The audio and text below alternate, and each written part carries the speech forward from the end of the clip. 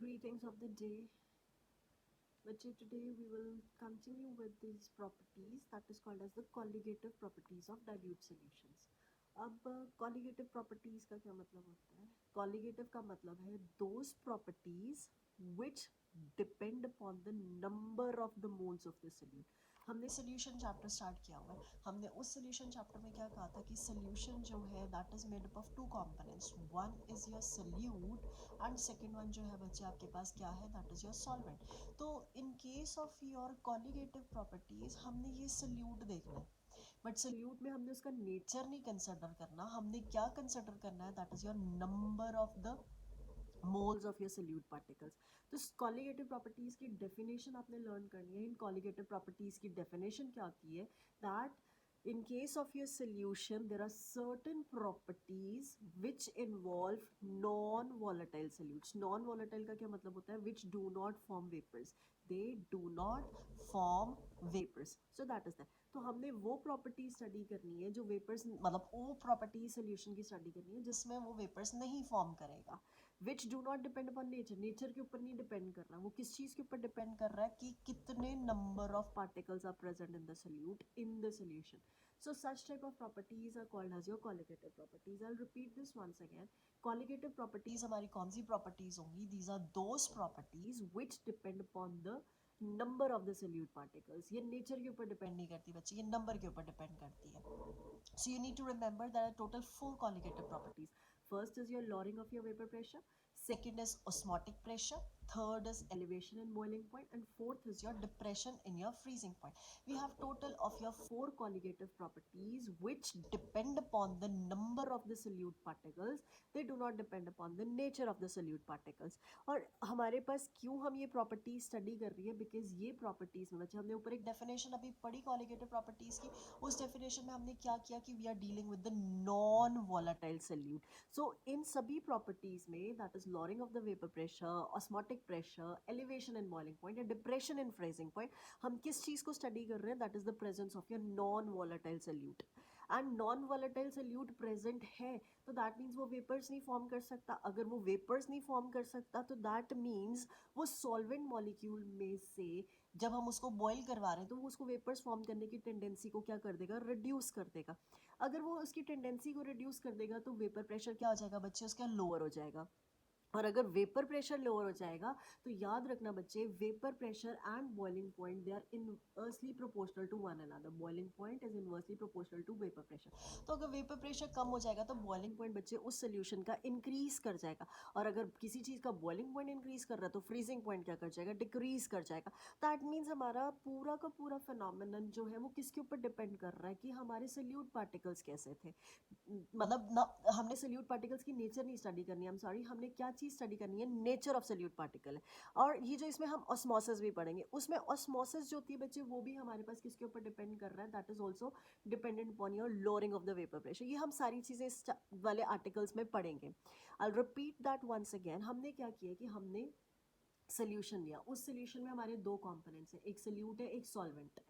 हमने बोला कि हमारी कॉलिगेटिव प्रॉपर्टीज है. कॉलिगेटिव प्रॉपर्टीज कौन सी होंगी? Which are going to depend upon the number of the solute particle. Number nature के ऊपर डिपेंड नहीं कर रहा. तो हमारे पास वो नंबर के ऊपर डिपेंड करेगा तो उसको हमने कॉलिगेटिव प्रॉपर्टीज बोलती है. तो उसके बेसिस पे 4 कॉलिगेटिव प्रॉपर्टीज आती हैं. Lowering of the vapour pressure जिसको बच्चे आपने राउल्स लॉ बोला था.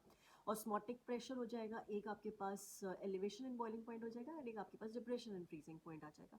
हमने क्या कहा कि हमारे पास नॉन वॉलेटाइल सोल्यूट है. नॉन वॉलेटाइल सोल्यूट है तो इसका क्या मतलब है कि वो वेपर्स नहीं फॉर्म करेगा. और जो चीज़ वेपर्स नहीं फॉर्म करता दैट मीन्स हमारे पास उसका वेपर मतलब नॉन वॉलेटाइल है. अगर मैं उसको किसी सॉल्वेंट में ऐड कर रही हूँ, नॉन वॉलेटाइल है, वो वेपर्स नहीं फॉर्म कर रहा, दैट मीन्स वो उसमें से निकलने की नहीं कैपेसिटी नहीं रखेगा, उसको निकलने नहीं देगा सॉल्वेंट मॉलिक्यूल्स को. तो अगर सॉल्वेंट मॉलिक्यूल्स को निकलने नहीं देगा, वेपर्स नहीं निकलेंगे, वेपर प्रेशर नहीं फॉर्म होगा तो उसका वेपर प्रेशर रिड्यूस हो जाएगा.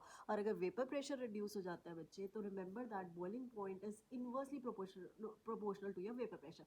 अगर वेपर प्रेशर आपका कम हो गया तो बॉइलिंग पॉइंट क्या कर जाएगा? आपका इंक्रीज कर जाएगा. और अगर बॉइलिंग पॉइंट इंक्रीज कर रहा है तो फ्रीजिंग पॉइंट क्या कर जाएगा? वो डिक्रीज कर जाएगा. फर्दर हम क्या कहते हैं कि जो स्टेटमेंट है हमारी कॉलिगेटिव प्रॉपर्टीज की, उसको हमने क्या कहा है, याद रखना बच्चे, that is restricted only for your true solutions. True solutions means dilute solutions. True solutions या dilute solutions, I should say dilute solutions is a better term, कि हम डाइल्यूट सॉल्यूशंस के लिए यूज करते हैं। और डाइल्यूट सॉल्यूशंस जो होते हैं बच्चे, nearly they will behave as your ideal solution. That is why we say that the colligative properties are studied for your dilute solutions.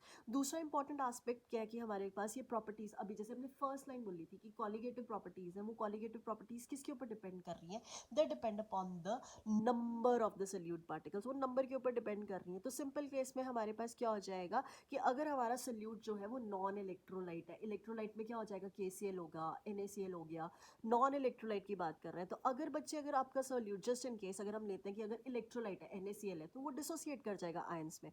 अगर वो डिसोसिएट कर जाएगा तो हर आयन जो है बच्चे वो एक पार्टिकल की तरह बिहेव करना लग जाएगा। फॉर एग्जांपल अगर NaCl है तो वो NaCl टूट जाएगा to Na positive and Cl negative. तो ये Na पॉजिटिव और Cl नेगेटिव इंडिपेंडेंटली एग्जिस्ट करना स्टार्ट कर देंगे, और अगर इंडिपेंडेंटली एग्जिस्ट करेंगे, इनकी नेचर जो है that is going to effect the colligative properties, या हमारे पास जो भी प्रॉपर्टीज हम स्टडी करेंगे, एलिवेशन इन बॉइलिंग पॉइंट या डिप्रेशन इन फ्रीजिंग पॉइंट, उसके ऊपर ये डिपेंड करेगा और वो उसको इफेक्ट करेगा। सो इसीलिए बेसिकली हम क्यों स्टडी करते हैं कॉलिगेटिव प्रॉपर्टीज डाइल्यूट सॉल्यूशंस में, that is basically that dilute solution will behave, start behaving या behave as nearly your ideal solution. अब हमने सारी कॉलिगेटिव प्रॉपर्टीज स्टडी करनी है and step by step will be following the colligative properties. And इसमें सबसे पहली जो हमने स्टडी करनी है that is your lowering of your vapour pressure. अब lowering of the vapour pressure में हम लोगों ने पीछे राउल्स लॉ पढ़ा था, एंड राउल्स लॉ में भी हमने क्या स्टडी किया था कि अगर आपके पास कोई नॉन वॉलेटाइल सोल्यूट है, उस नॉन वॉलेटाइल सोल्यूट को सॉल्वेंट में ऐड करते हो तो बच्चे वेपर प्रेशर जो सोल्यूशन का होता है वो लोअर हो जाता है as compare to that of your pure solvent. ये हम पहले पढ़ चुके हैं। I repeat that in the Raoult's law we studied that if we have a solution which is made up of solute and solvent, and if our solute is non-volatile and that non-volatile solute is added to the solvent, तो vapor pressure जो होती है बच्चे वो decrease कर जाती है, which was given by Raoult's law। And according to the Raoult's law हमने एक फॉर्मूला भी डिराइव किया था जिसमें हमने निकाला था P not minus P S divided by P not, that is equals to N2 divided by N1 plus N2। ये हम पहले कर चुके हैं। P नॉट क्या था, that is the vapour pressure of your pure solvent. PS क्या था, that is the vapour pressure of your solution. N2 क्या था, that was your number of the moles of the solute. And N1 क्या था, that was number of the moles of solvent. I am repeating it once again, P not minus P S जो था that was your lowering of your vapour pressure. इसको simply lowering of the vapour pressure बोला था। क्यों इसको lowering of the vapour pressure बोला था, because बच्चे इसमें हम चेंज देख रहे हैं वेपर प्रेशर का प्योर सॉल्वेंट और सोल्यूशन के बीच में। और जब बच्चे हमने इसको P not minus P S divided by P not कर दिया तो बच्चे इसको हमने बोल दिया था that was called as your relative lowering of your vapour pressure.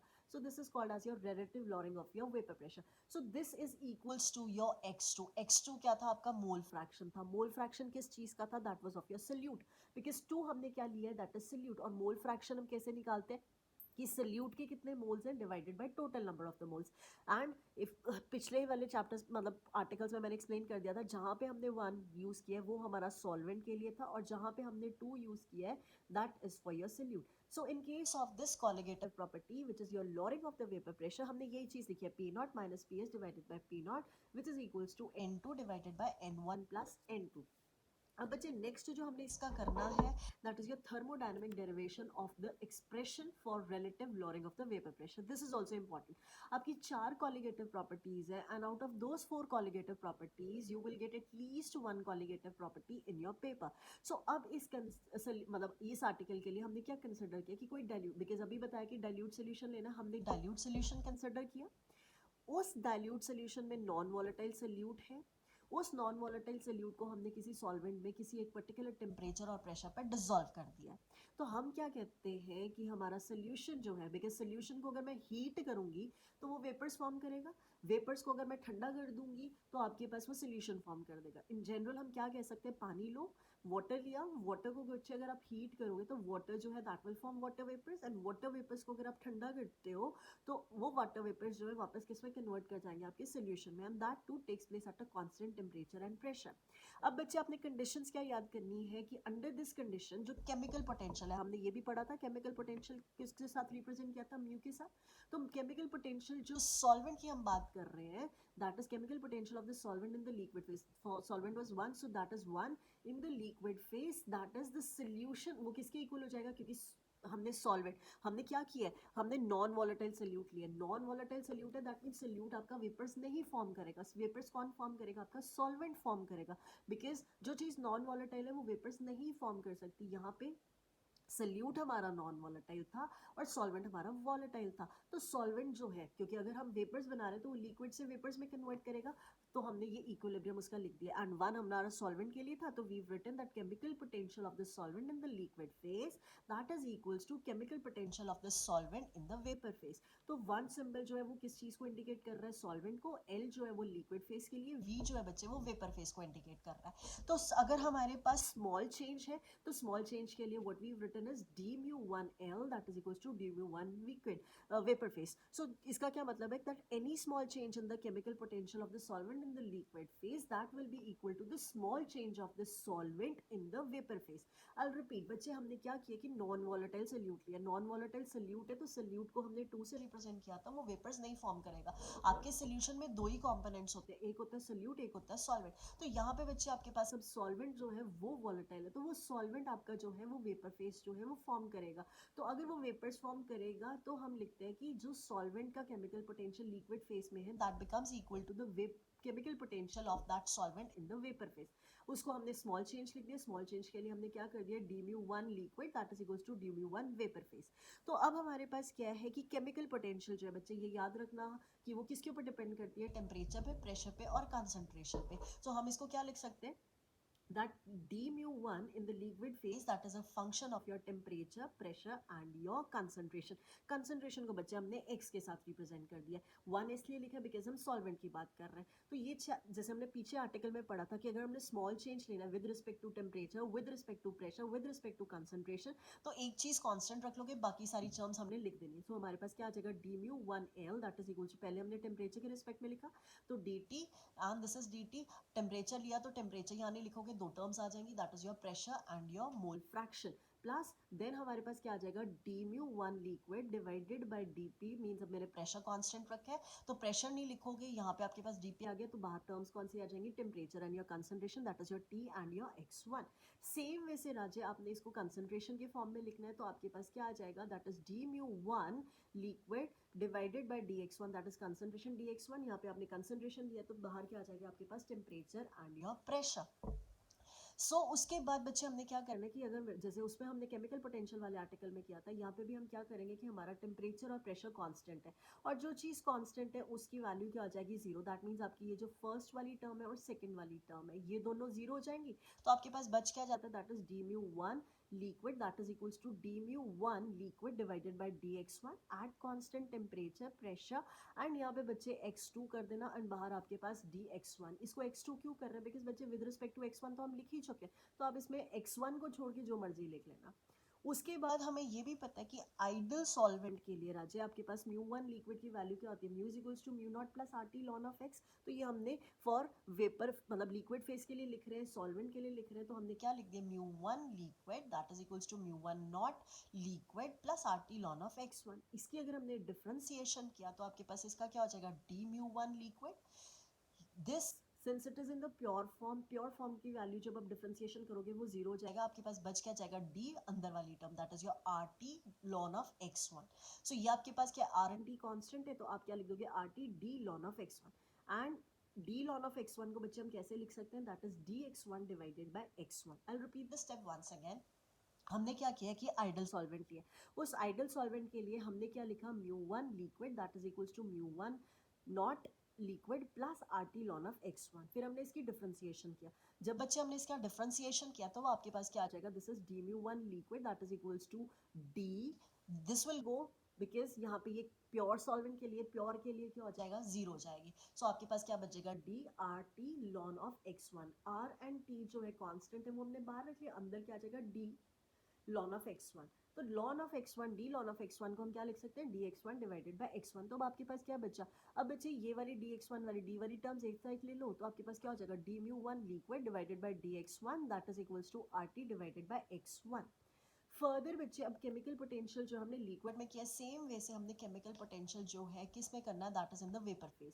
अब वेपर फेस में है तो बच्चे वो सिर्फ आपके किसके ऊपर डिपेंड करेगी, टेम्परेचर एंड प्रेशर पे, कंसंट्रेशन पे डिपेंड नहीं करेगी, बिकॉज यहाँ पे वेपर्स बनाए, सोल्यूशन नहीं है। अगर तो लिक्विड होता तो कंसंट्रेशन की बात करते, यहाँ तो हम वेपर्स की बात कर रहे हैं। तो अगर हम वेपर्स की बात कर रहे हैं तो वो किसके ऊपर डिपेंड कर रही है, that is depending only on your temperature and your pressure. तो हमने क्या लिख दिया, μ1 vapour phase that is the function of your temperature and pressure.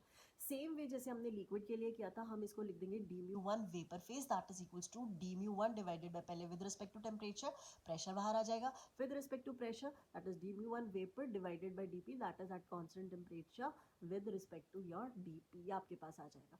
अगर सपोज बच्चे टेम्परेचर कांस्टेंट रखते हैं देन टेम्परेचर वाली टर्म जो है वो कैंसिल हो जाएगी, तो सब बच क्या जाएगा आपके पास, dμ1 vapour that is equals to dμ1 divided by dp at constant temperature dp, ये आपके पास जो है वो फॉर्म हो जाएगी।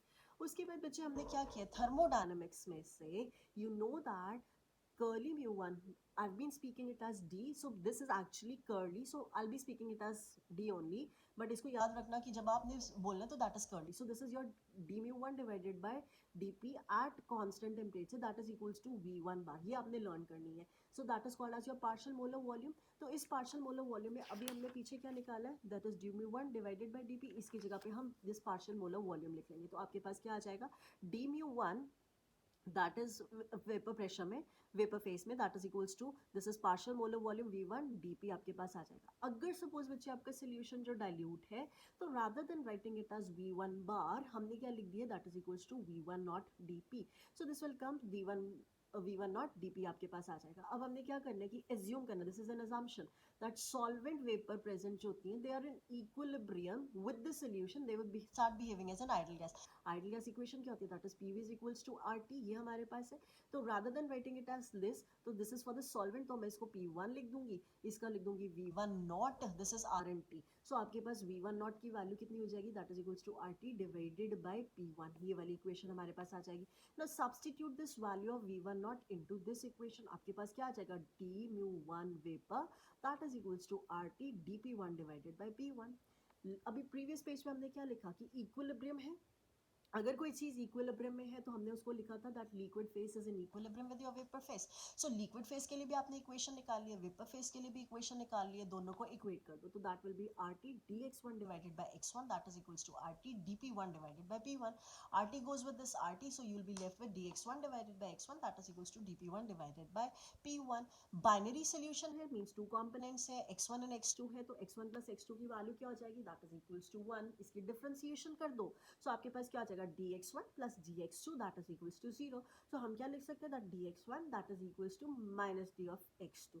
तो अब आपके पास ये बच्चे dx1 की वैल्यू आई है, दैट इज माइनस dx2, ये मैं dp1 divided by p1 as such लिख देती हूँ। dx1 जो है वो हम उसकी जगह पे क्या लिख सकते हैं, माइनस dx2, वही मैंने यहाँ पे लिख दिया, दैट इज माइनस dx2, और ये this is coming from here, और हमने x1 की जगह पे क्या लिख देना, this is x1 plus x2 is equals to 1, तो यहाँ x1 की जगह पे हम क्या लिख सकते हैं, 1 minus x2 that I have written here, that is 1 minus x2।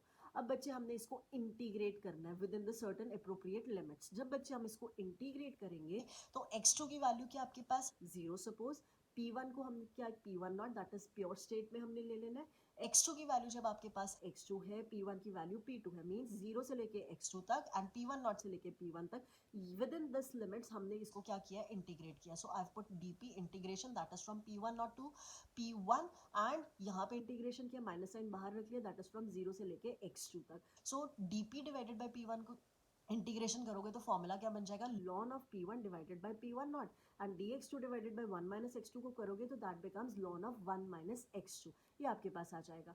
उसके बाद बच्चे ln से ln हमने कैंसिल कर दिया, क्या बच जाएगा, p1 divided by p1 not that is equals to 1 minus x2, 1 minus x2 अभी हमने ऊपर क्या लिखा, that is equals to x1, so I have written it as x1। so p1 divided by p1 not, now that is come equal to x1, so यहाँ से p1 की value आ जाएगी, p1 की क्या वैल्यू आ जाएगी, that is equals to x1 p1 not, ये आपके पास आ जाएगा। और ये जो हमारे पास है, this is the expression for your Raoult's law.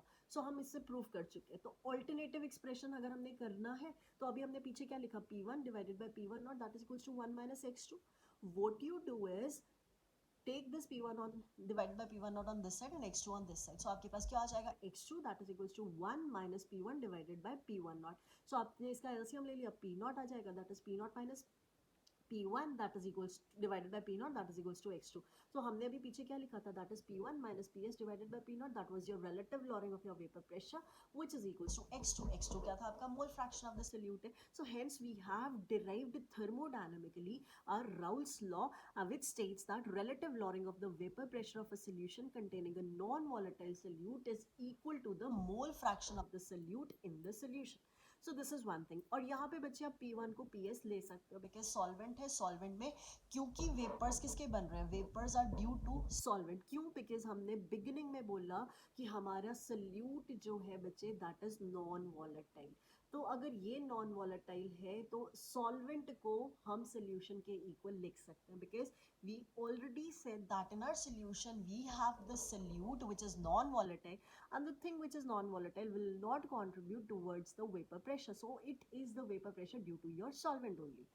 Next बच्चे हमारे पास आती है that is we to conclude that the vapour pressure is a colligative property. अब कॉलिगेटिव प्रॉपर्टी को हमने क्या बोला है, that it is that property which depends upon the number of the solute particles. और number of the solute particles, number का क्या मतलब होता है कि वो हमारे पास यहाँ पे, अब अगर इसको x2 this is the mole fraction, यहाँ पे फॉर्मूला नहीं दिया हुआ है इसमें, you have to write this formula that P naught minus PS divided by P naught is equals to x2. Then you need to write that this is equals to N2 divided by N1 plus N2. Then you'll have to write that 2 stands for your solute particle, 1 stands for your solvent particle. Then you need to specify कि हमारे पास ये solute particles के number के ऊपर depend कर रहा है.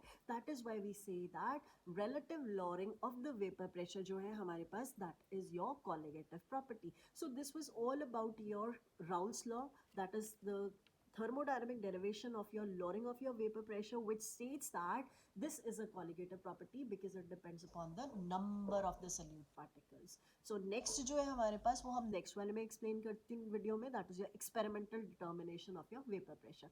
Till then, if any doubts on this article, let me know. Thank you and have a good day.